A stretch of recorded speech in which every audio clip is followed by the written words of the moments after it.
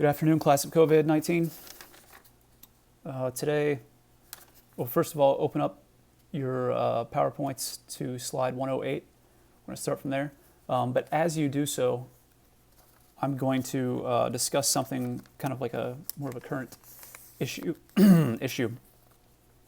So I was listening to a podcast yesterday from Ben Shapiro, and he said something about Pope Francis that I disagree with. So it was regarding Pope Francis's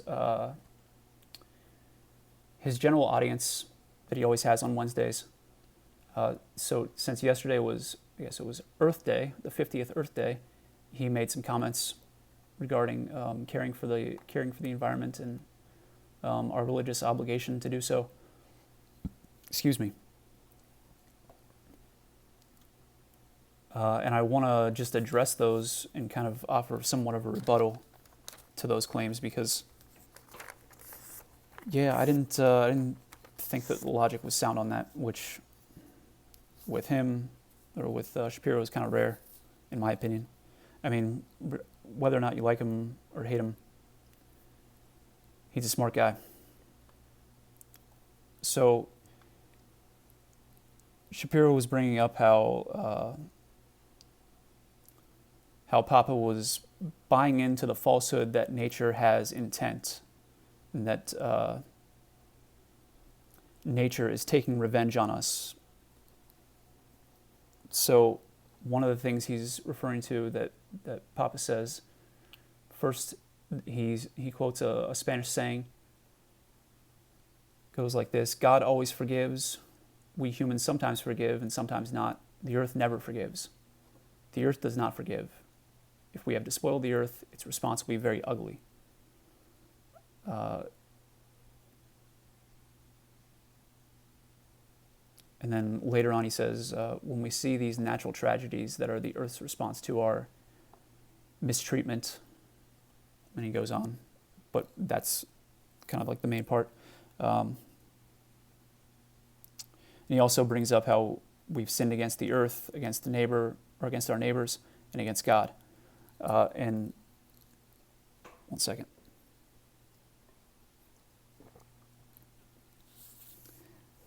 And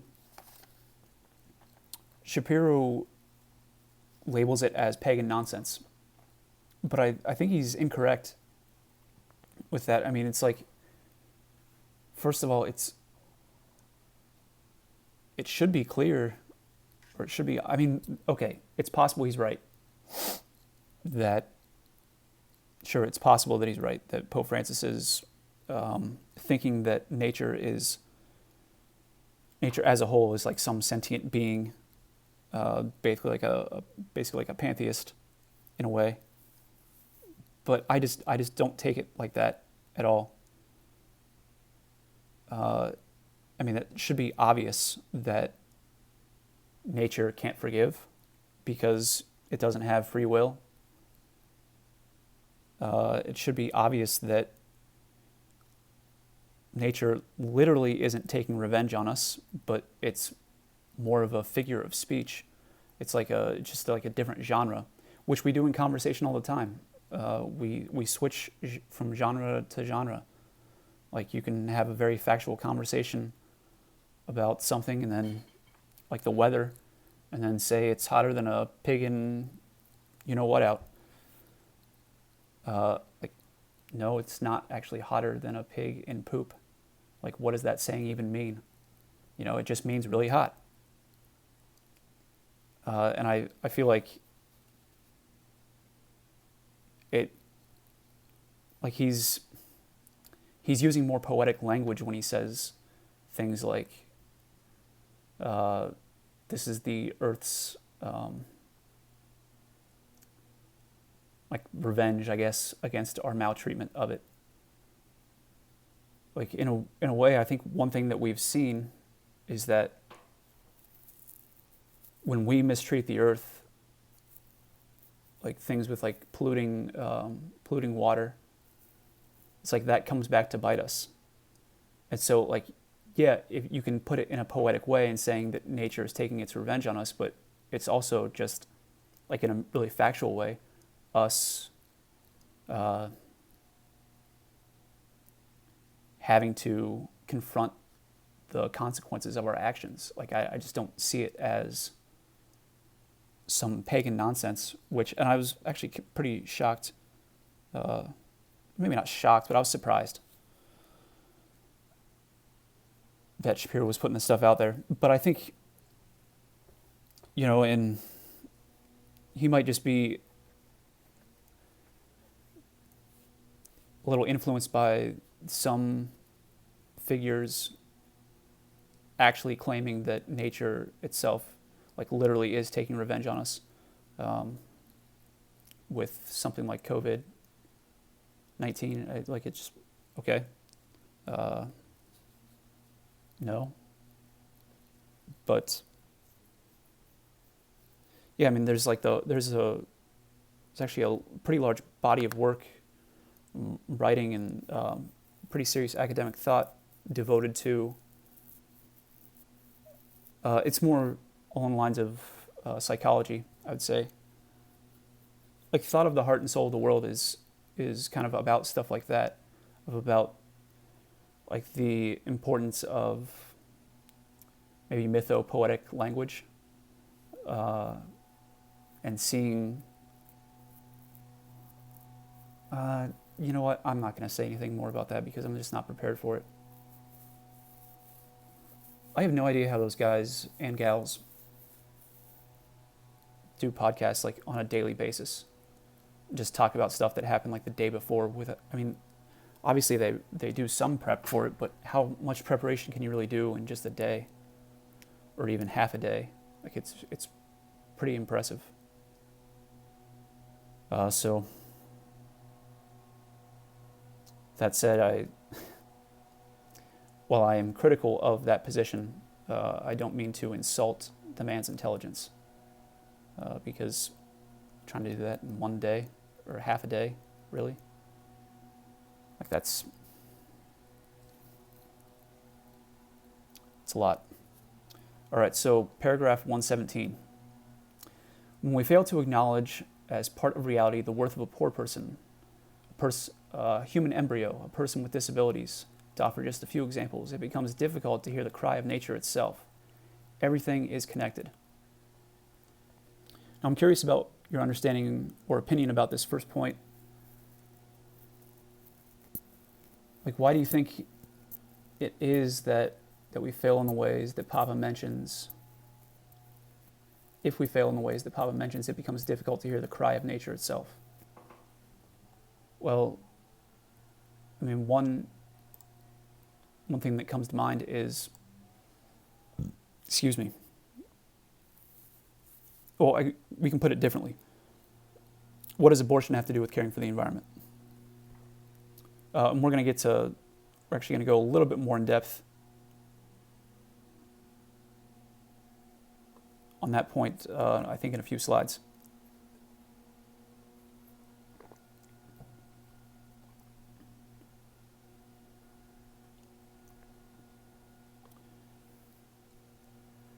So I guess the way I would approach that question is asking you about, let's say you're running like a nonprofit that cares for orphans or something like that. Would you hire someone to care for them or for the homeless or the sick? Like if they treated their family, their brothers, their sisters, parents, children, friends, etc. like crap? Guessing probably not. And why not? Like, why would that be so? Well, I mean, it's kind of obvious, so it may be difficult for you to answer. It's like if you treat the people that you're actually supposed to,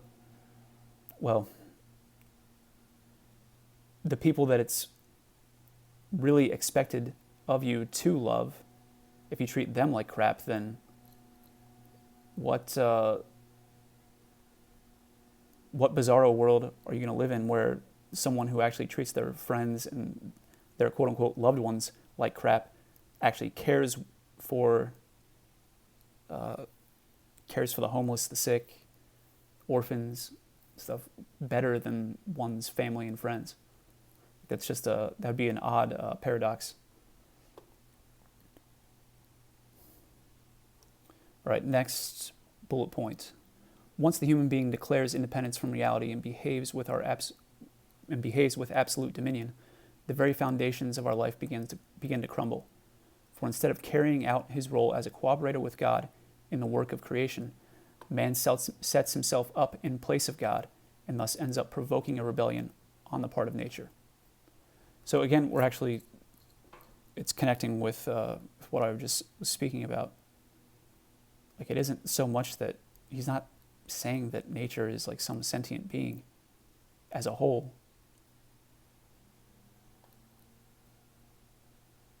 But it's just more poetic language.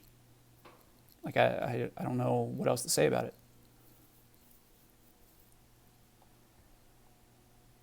Like, furthermore, you have look in the Psalms and you see words like sun and moon praise the Lord, mountains and seas and all that's in them praise the Lord.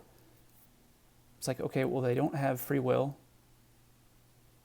Some of those things don't even have any kind of like life to them. Like, the moon is a rock, like, factually speaking. So I'm just kind of baffled. That's part of Scripture. Well, it may not be it's not part of the Torah. So maybe give him some slack there, but still, it's poetic language.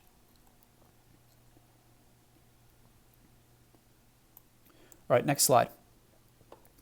This situation has led to a constant schizophrenia, wherein a technocracy which sees no intrinsic value in lesser beings coexists with the other extreme, which sees no special value in human beings. Now, I've pulled up some of the symptoms of schizophrenia, and I'm going to go through a couple of them and then kind of look at them at a cultural or societal level. But I mean, I think within this context, he's saying, like, we have like a double personality or dual personality disorder as a culture or society. And I think technically that might be different from schizophrenia now, but I don't think that was seen to be the case back in the day. So, like, in common language, that's seen as schizophrenia, although that is probably inaccurate from like a technical, psychological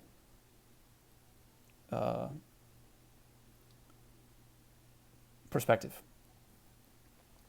All right, so with some of the symptoms, some of the symptoms of schizophrenia, you've got delusions, so false beliefs are not based in reality, flat earth theory, hallucinations, seeing and hearing things that don't exist, disorganized thinking and speech,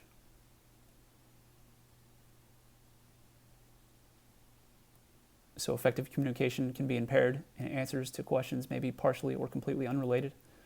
Just watch a presidential debate, and you'll see that. You'll see a great example of that. It's like their answers have nothing to do with the questions. It's hilarious. Rarely, speech may include putting together meaningless words that can't be understood, sometimes known as word salad. I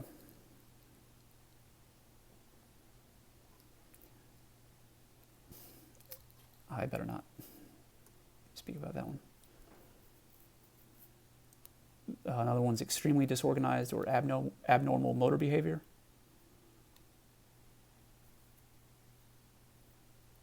Then negative symptoms, which refers to reduced or lack of ability to function normally. So a person may neglect personal hygiene or appear to lack emotion, doesn't make eye contact, doesn't change facial expressions, or speaks in a monotone. It's like Eugene from The Walking Dead. I love that guy. I love that show too. But the last season, or last season I've seen, which is season 9, upset me. It's like I'm not getting closure that I need.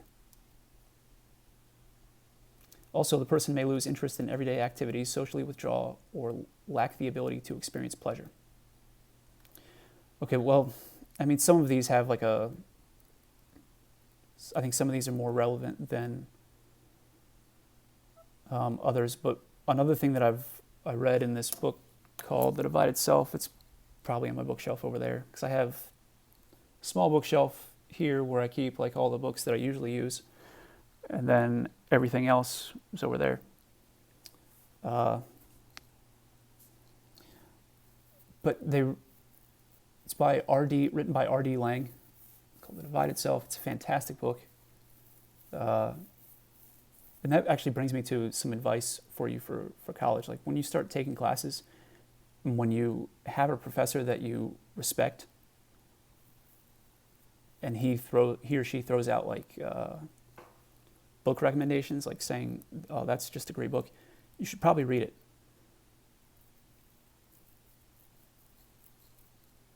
I mean, I didn't start doing that until grad school, but when I did, I was like, oh, wow, that really is a good book.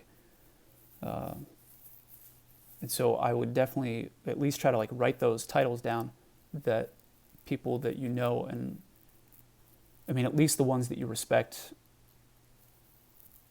and at least on some level, I think that'd be a very good thing to do.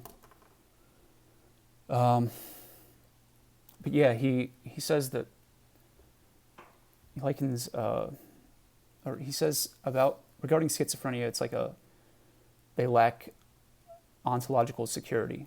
So it's like they're actually afraid of like losing their very being.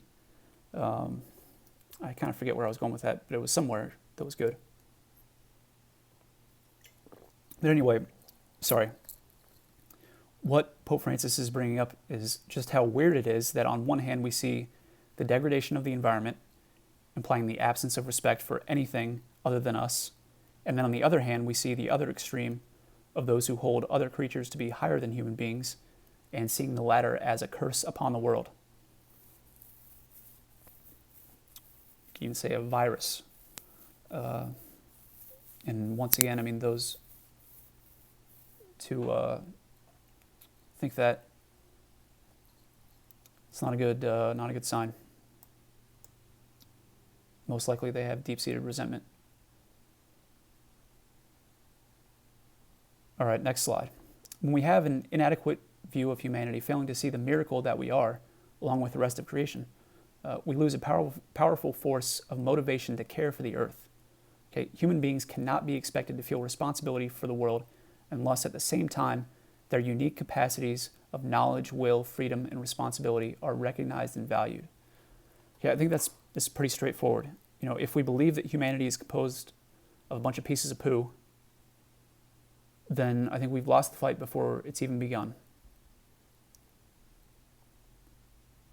Like what? In fact, there's actually a scriptural basis for that. St. Paul, what letter is it? I can't remember which letter or which epistle it is. But St. Paul says, you know, Christ proved his love for us in that while we were sinners, he came to redeem us. It's like, yeah, it's almost kind of expected. If someone is a good person and is in trouble, then someone will step in to save them, or at least help them. But if you see everybody is like a piece of crap, there's no motivation, or very, very little motivation. Excuse me. Very, very little motivation to step up and save them. You probably just, the more cynical type may just sit back and enjoy. It's like finally they're getting what they deserve. I'm not saying that we should do that. I'm just saying it sometimes happens. All right, next slide. We must never underestimate the importance of interpersonal relationships or relations. So if the present ecological crisis is one small sign of the ethical, cultural, and spiritual crisis of modernity, we cannot presume to heal our relationship with nature and the environment without healing all fundamental human relationships. And yeah, sorry, all the pictures were cheesy for that. But when Papa refers to the ecological crisis as being a small sign, I don't think he's saying that. I'm pretty sure he's not saying that it isn't a big deal. Instead, he's pointing to the fact that the ecological crisis is part of a much bigger problem that pervades every aspect of our lives. So he's not simply saying that he's not saying that it's like small or insignificant. It is significant, but it's a part of a greater whole of a problem. Okay, next slide. Still on paragraph 119. Our openness to others, each of whom is a thou capable of knowing, loving, and entering into dialogue, remains the source of our nobility as human persons. So that's really philosophical and theological talk right there, referring to a person as a thou. So it's basically bringing up the importance of relating to each other as persons and not as objects or its. It's like, if I were to say, make this comment about one of you, like in class, like off to the side, like, what do you think it's thinking over there? Like, that would be pretty disrespectful. It's like you don't even know what something is, so you just call it an it. It's not that nice. All right, sorry. Number 2. A correct relationship with the created world demands that we not weaken this social dimension of openness to others, much less the transcendent dimension of our openness to the thou of God. In other words, to the person of God, or the persons, the three persons of God. So, in my opinion, I think we're starting to see evidence of this. Like, I mean, generally speaking, do you think we have a healthy society? And if you do, I would definitely be interested in thinking, like, why? I'm sure we have healthy aspects of it, or there are healthy aspects of society, just as there are very unhealthy aspects. Some unhealthy aspects would be mass shootings, human trafficking, drugs, censorship. It's like all of these are pretty big symptoms of an unhealthy society.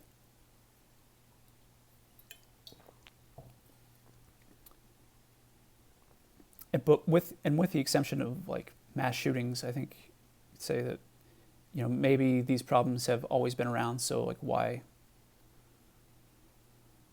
bring it up now? Well, I think you can look at the problem in terms of degrees. It's like, yeah, there might have been people taking drugs a long time ago. I'm sure there were. Actually, I'm pretty sure we know that they were. But what evidence do we have of like thousands of people overdosing? Not much. Yeah, human trafficking definitely, just with slavery and stuff. So that's definitely the case. And censorship, that's kind of interesting to think about within a historical perspective because, you know, if your government is like a monarchy, and you have an emperor, then you're going to have like a whole different perspective regarding free speech. It's like free speech we've seen its importance, but especially in terms of democracy, which the understanding of that has definitely evolved over time. And it's actually interesting. This is kind of just more of a side note. St. Thomas Aquinas wrote a... Give me a second.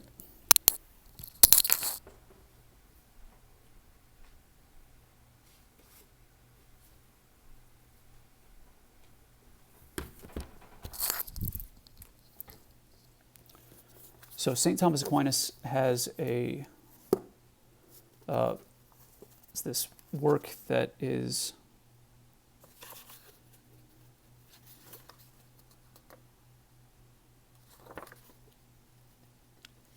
it's the right thing, but I didn't get the right book because this is more of like a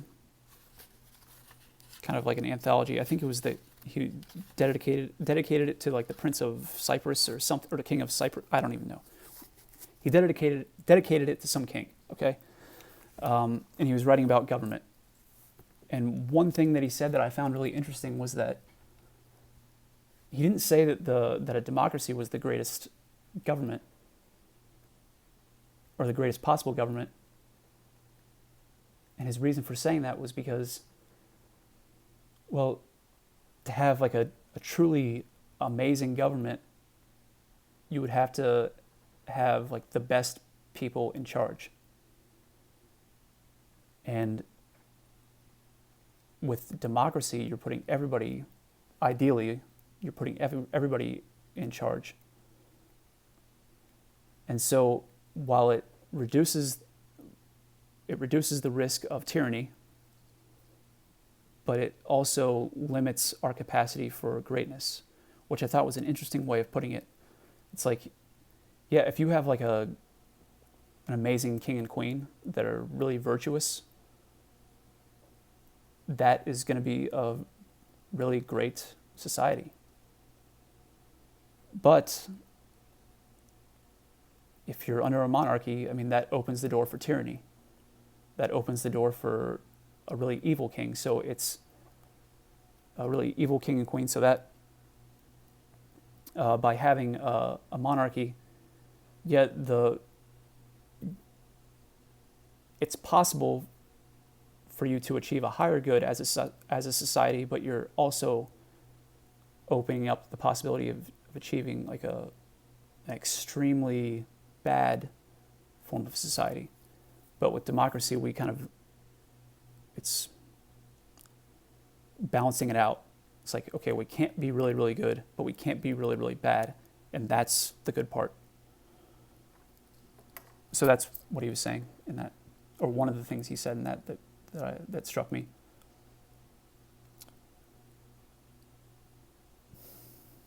Okay, so our relationship with the environment can never be isolated from our relationship with others and with God. That's just a fundamental point right there. Like, recall the definition of religion that I shared with you that I got from Father or Monsignor Grimes. I know you don't know him, but he was a fantastic guy. That he said the religion is the relationship between man and God, God and man, man and man, man and man and God.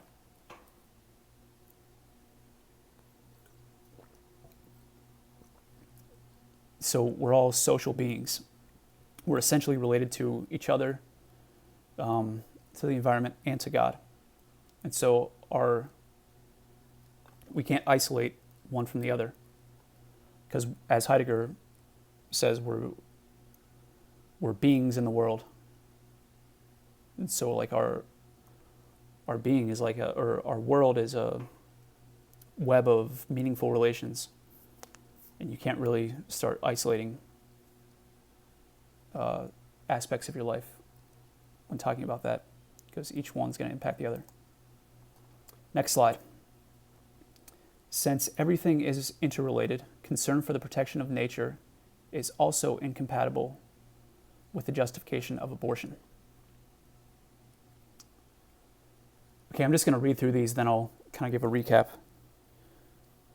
He goes on to say, this is the second point, how can we genuinely teach the importance of concern for other vulnerable beings, however troublesome or inconvenient they may be, if we fail to protect a human embryo, even when its presence is uncomfortable and creates difficulties?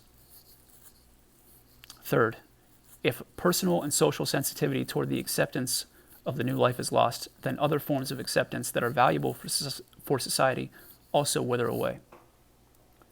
So regarding number one, the argument goes something like this. Excuse me. The earth is overpopulated, so supporting, if not promoting, abortions, at least when pregnancy is undesired, helps ease the problem of overpopulation. But with the second point, so they're doing yard work out there. I don't know if you can hear that. It's definitely a lot better than listening to freaking geese. Okay, so with the second point, Papa is basically arguing, or putting forth a rebuttal, or a part of it, and you get the same thing for number 3, although it's slightly different in its focus and application.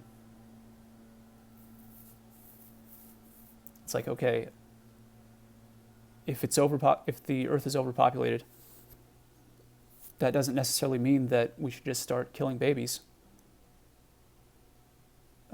It's like there's definitely an issue there.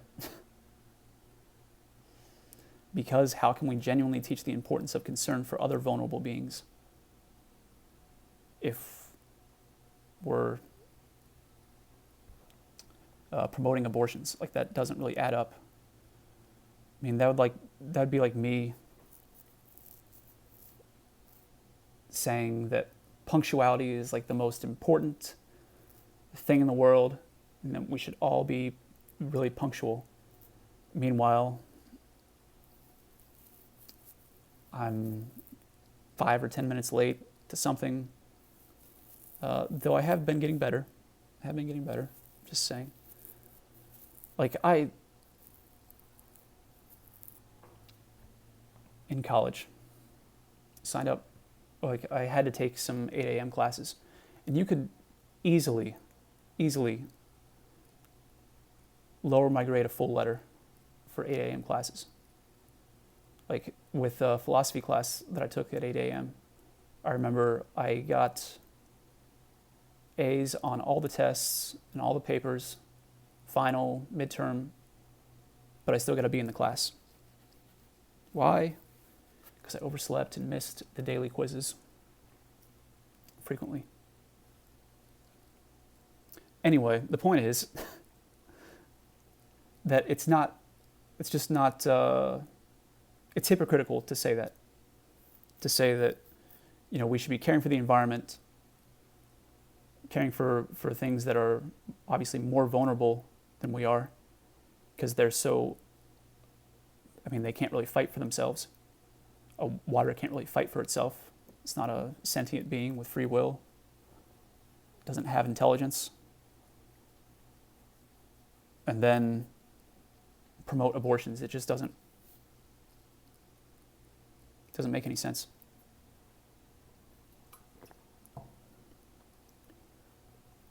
So everything is connected. Next slide. Practical relativism. So practical relativism is human beings placing themselves at the center, giving themselves absolute priority to immediate convenience.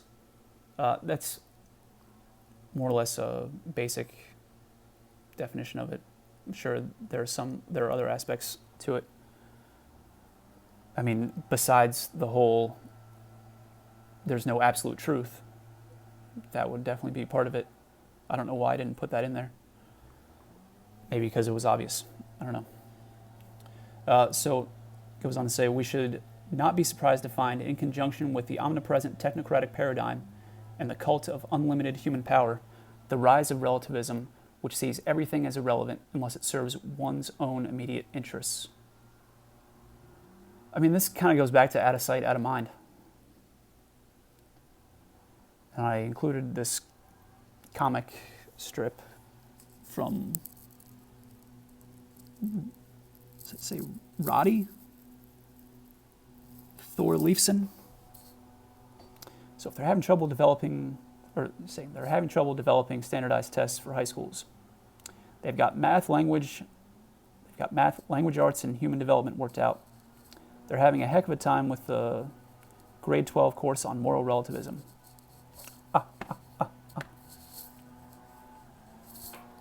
So just in case you don't get it,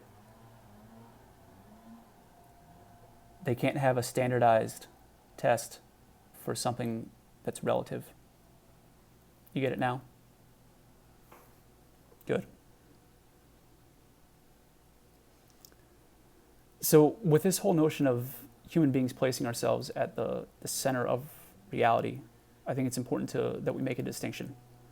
Like with something like practical relativism, we place ourselves at the center by thinking that we're the only determining factor for knowing what truth is. And that's really bad. That's really bad and good. And for multiple reasons. However, if one thinks that human beings are at the center of reality and is not a relativist, there's also a danger latent within that position, which we actually looked at with regards to Heidegger's view of modern science, because like one makes oneself basically the lord of the world, which is actually I think that's a book. What's that guy's name? I can't remember his name.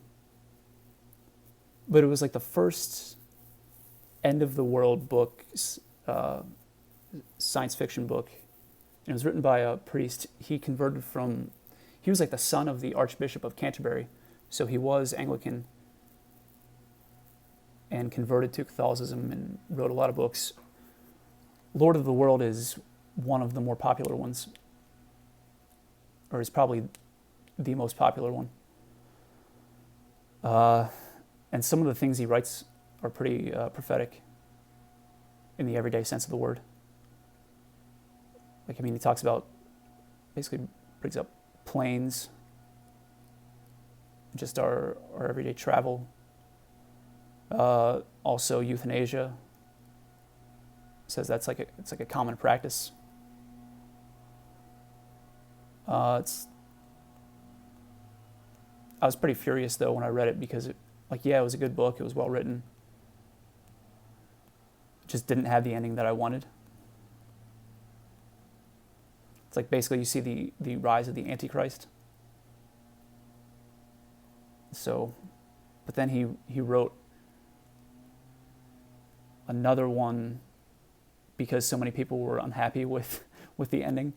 So this was more like a gloomy book, but the other one, it's called something like The Dawn of All. And that was more optimistically written. That was not a page turner by any means. You can there is one copy in Ohio.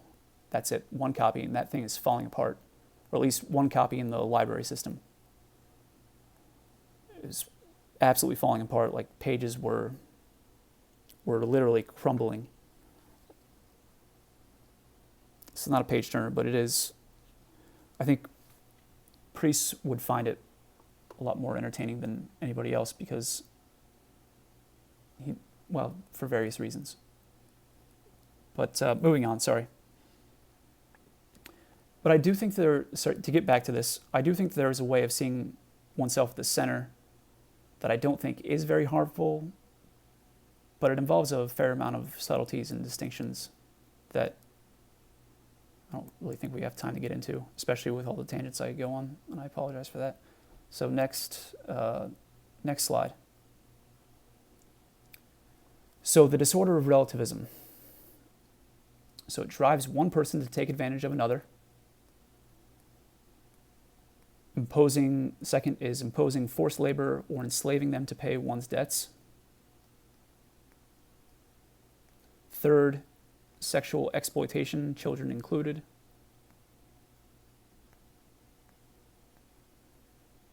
Fourth, abandonment of the elderly who no longer serve our interests.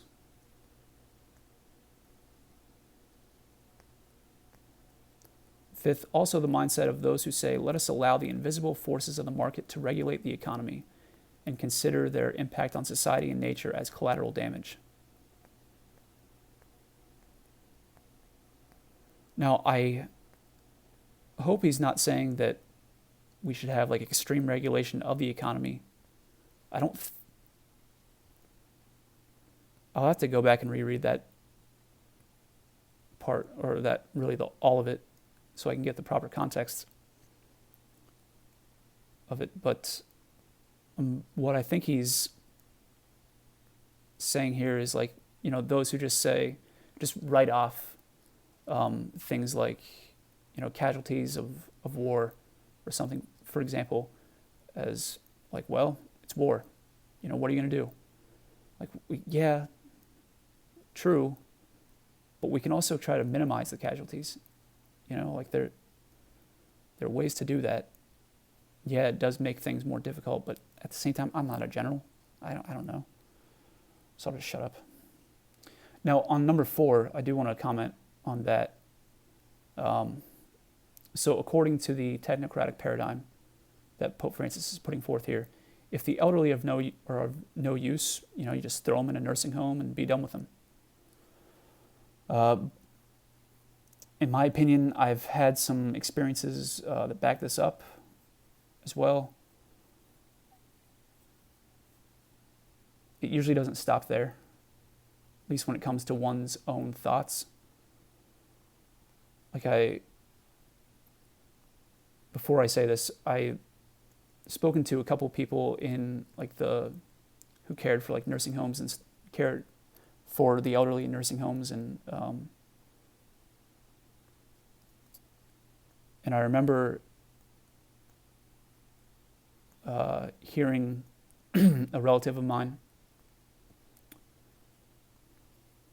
say something when he got older.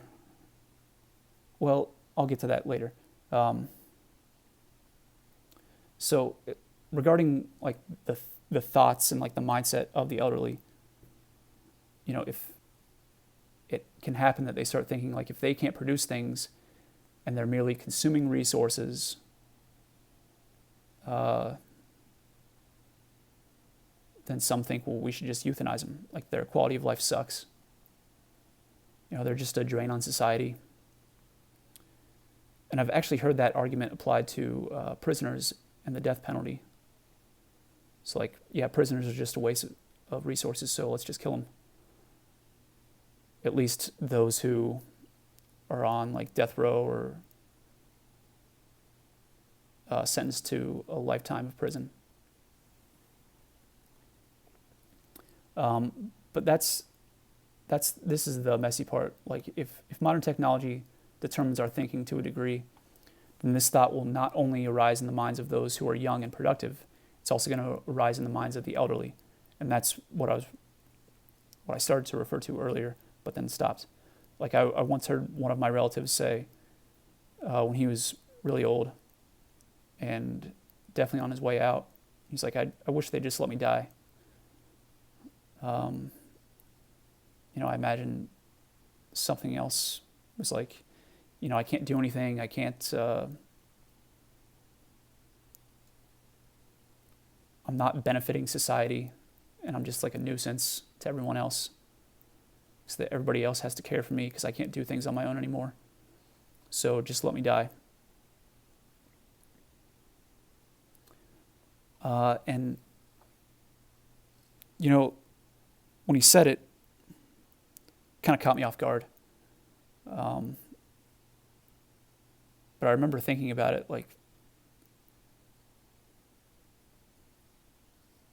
it's just I don't want to be too rough on him because, yeah, he is, he was getting very close to death, but I think it's a pretty Bush League thing to say. Because it's that's a slap in the face to your spouse, to your kids, and the rest of your family that wants you around. They enjoy your presence. You still have wisdom, you still have the capability of loving.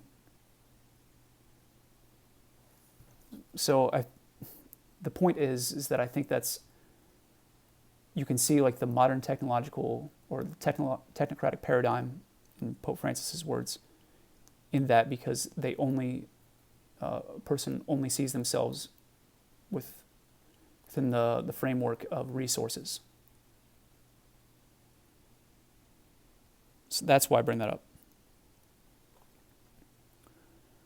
All right, next slide.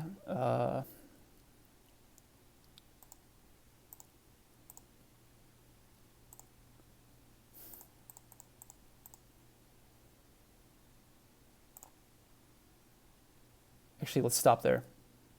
So we'll pick back up on slide 116 later, because we're 45 minutes or 46 minutes, so yeah, we'll just stop there. And I'm going to try to look through your questions and maybe address some of those at the start of next lecture. And I know we're kind of going slow, but a lot of this stuff it's really important and it's really complex. And I think it's time well spent thinking about these issues and talking about them. And I know we haven't really been able to have discussions. Hopefully that's going to change sometime soon. I just don't really want to try to do it on my phone with all of the different screens that are going to pop up and stuff. I'd rather have it on my desktop. So yeah, I'm going to try to address some of your questions with the next lecture, and so you won't have any homework over the weekend.